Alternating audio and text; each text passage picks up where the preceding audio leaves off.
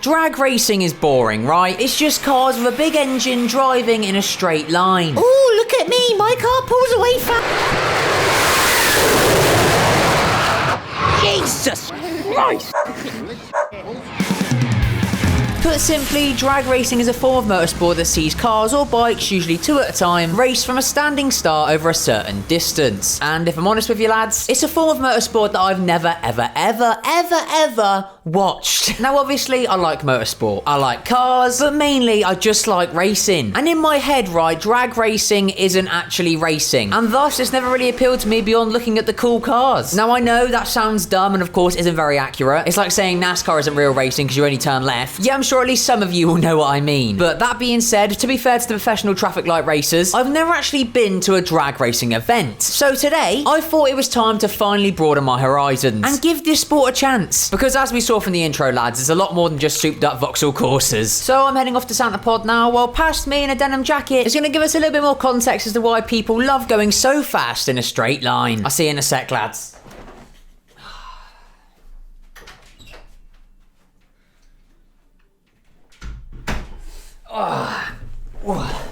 Hello lads.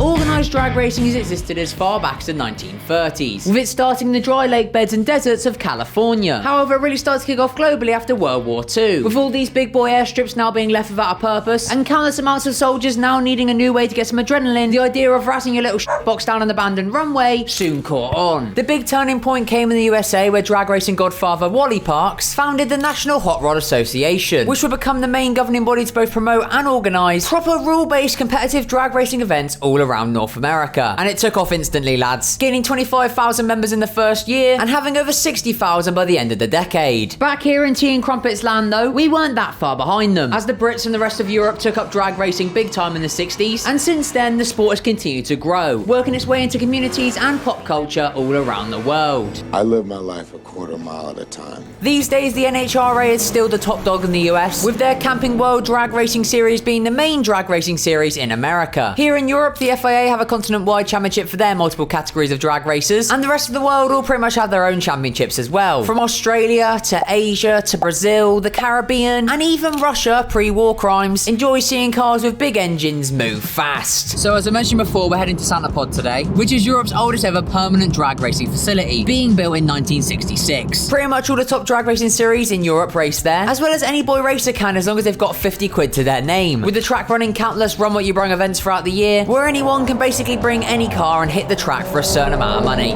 We're not doing that today though, it's just my girlfriend's car, but maybe could be a shout for the future. Amber, will you let me take your car down a drag strip? Sure.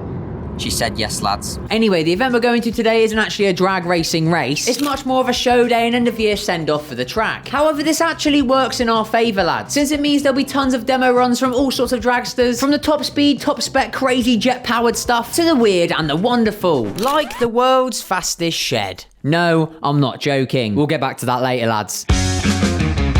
So once we arrived at Santa Pod, we headed straight to the paddock to have a little look around and see what we could find. And lads, there was all sorts. Vintage hot rods, classic muscle, steam engines, big boy trucks, Tesco car park drifting demos, jet-powered dragsters, drag racing go-karts, a NASCAR truck, Formula car, tractor pullers, Mario and Luigi, Dynaco, and even dancing JCBs. What is going on? And this one, lads, right? The Hocus Pocus Focus. You know what that reminds me of? Hocus Pocus, there's pizza on your Focus. Among all the chaos though, I spotted the Holy Grail. The one machine to top them all. Of course, boys and girls, I'm talking about the world's fastest shed.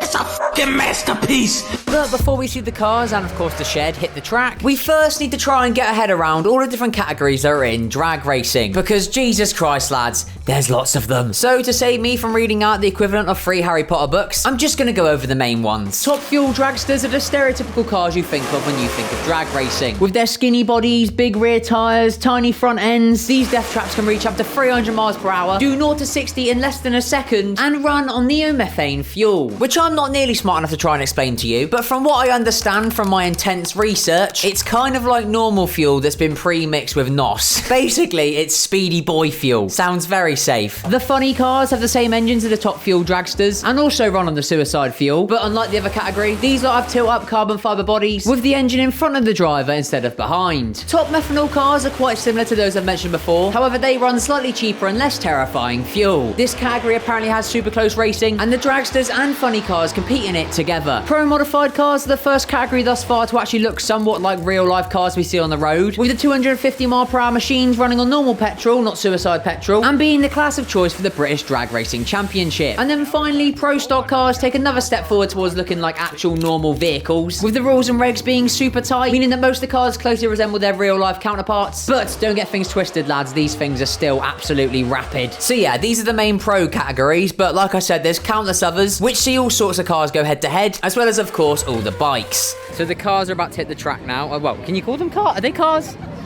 They're cars. They're machines. The big boys with the jets, I'm looking forward to seeing them, but apparently they're quite loud, so we'll see how we'll get on. Sounds like my arse after I eat a good curry, that.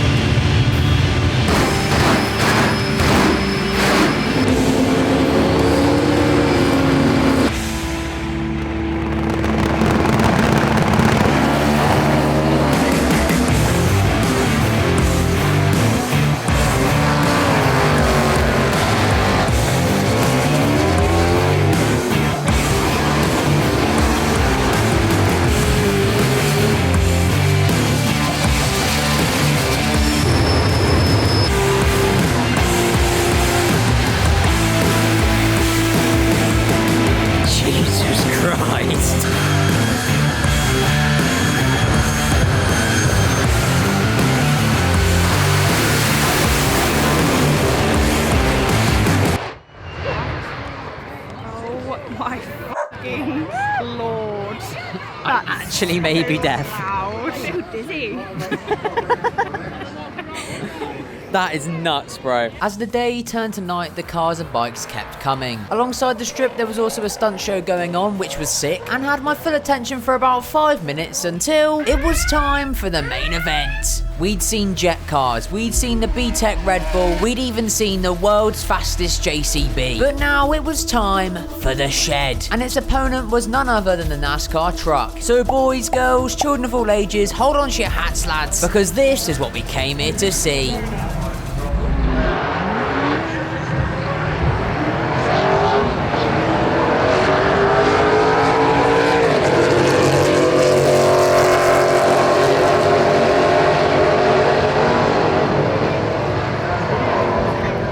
To be fair, that was a lot closer than I expected it to be. Turns out that shed is indeed rapid. After that, the event ended with some fireworks, and we came home, where I join you now to finally answer the big question. Is drag racing actually boring? And well, if you find purpose-built death traps with crazy engines running on NOS-infused fuel, roaring from 0 to 100 in less than a second, with the only thing stopping the driver from death being big balls and a parachute boring, then yes, yes it is. But if not, then the answer's no. Again, it's not really my sort of thing. I still prefer races that actually include corners. However, I'd still recommend it to anyone who's sitting on the fence or has never actually been drag racing before to definitely give it a go. And if I'm honest, lads, my main takeaway is that I really want to have a go at drag racing now.